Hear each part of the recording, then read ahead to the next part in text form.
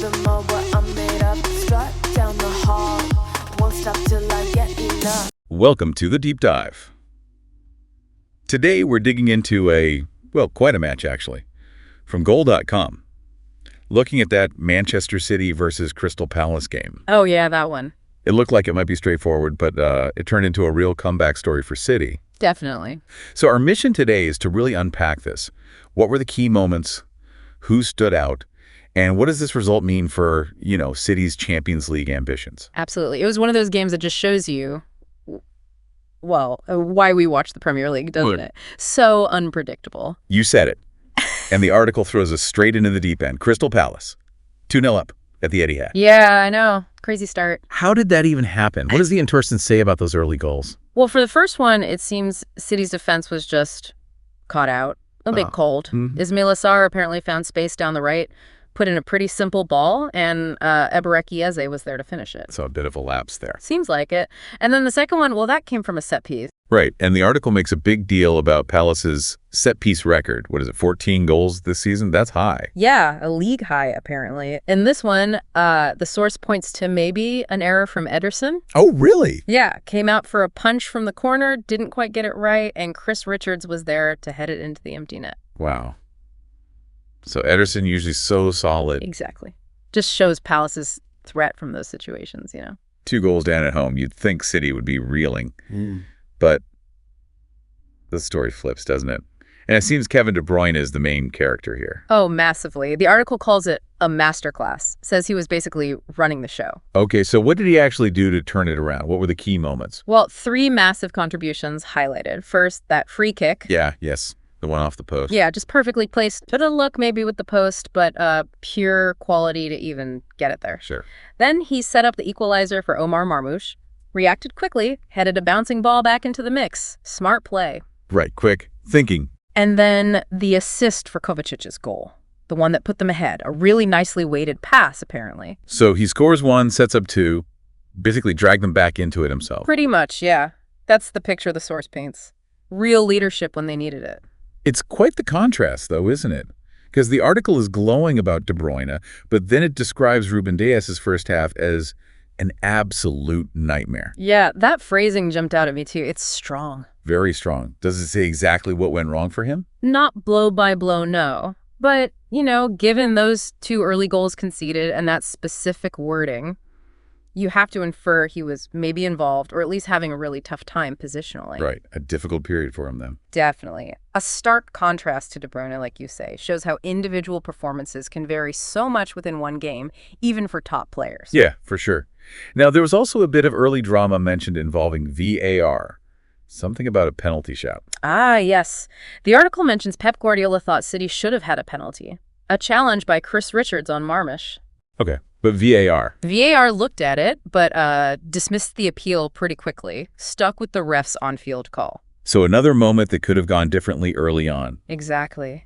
Adds to that feeling that City really had to fight for everything in that first half. And, it could have been even worse for them. The source points out Palace had chances to go 3-0 up. Right. That's crucial. Sarr apparently smashed one over the bar. Oof. And Eze had a goal ruled out for offside, if either of those goes in. Game over, potentially, or at least a much bigger mountain to climb. Totally. Really highlights how close Palace came to maybe putting the game away. Fine margins. But they didn't take those chances. Mm-hmm. And after halftime, the momentum shifted completely, according to the article. City came out strong. Yeah, seemed like a different team. They got that crucial goal from Kovacic, assisted by De Bruyne again, to take the lead. That must have been huge, psychologically. Oh, massive. Puts all the pressure back onto Palace. It sounds like City just grabbed control of the game, maybe a tactical change at the break, or just, finding another gear. And it wasn't just the usual suspects, was it? James McAtee got involved too, and Ederson played a part. Yeah, that was interesting. Ederson launched a long ball, caught Palace's high line out, apparently. Ah, the classic Ederson long pass. Exactly. Put McAtee clean through, and he finished it well. Rounded the keeper. Nice composure. Shows everyone contributing, even the keeper starting attacks. Definitely. Exploiting that space Palace left. And then there was one more goal to really seal it.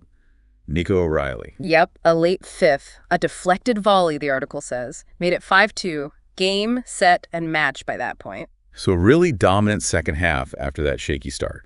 Now, thinking bigger picture, How important was this win in terms of the Champions League race? The article links it directly. Very important. It explicitly says the win lifted City to fourth. And it uses that phrase about De Bruyne keeping them in the Champions League qualification mix. Right. Those top 4 spots are always so tight. Exactly. Every point counts, especially when you have to earn it the hard way like this. Coming back from 2 goals down, it sends a message, shows their resilience. Definitely shows character. Right.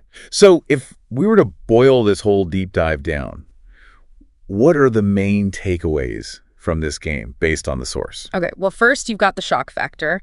Palace's great start, City looking vulnerable defensively, maybe unexpectedly so. Second, the absolute undeniable impact of Kevin De Bruyne. Just a game-changing performance. Boster class. Exactly. Third, those missed chances for Palace. What might have been for them? A case of if only. For sure.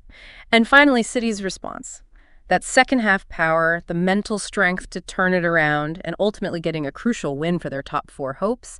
It was quite the story. Yeah, a fantastic summary. Really covers the roller coaster of that match. It makes you think, doesn't it? As we wrap up, what does a game like this really tell us about what it takes at the absolute top level? You know, that mix of sheer resilience as a team, but also needing that spark, that individual brilliance when things go wrong unexpectedly.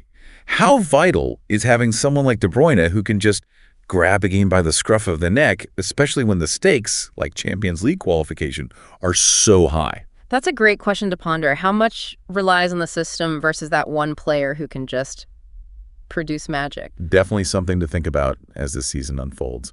Well, thanks for digging into that one with us. My pleasure. Fascinating game.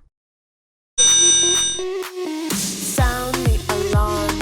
I'm coming up. We'll have the ball. I'm sweet like a buttercup. You're Bobby doll. Show them all what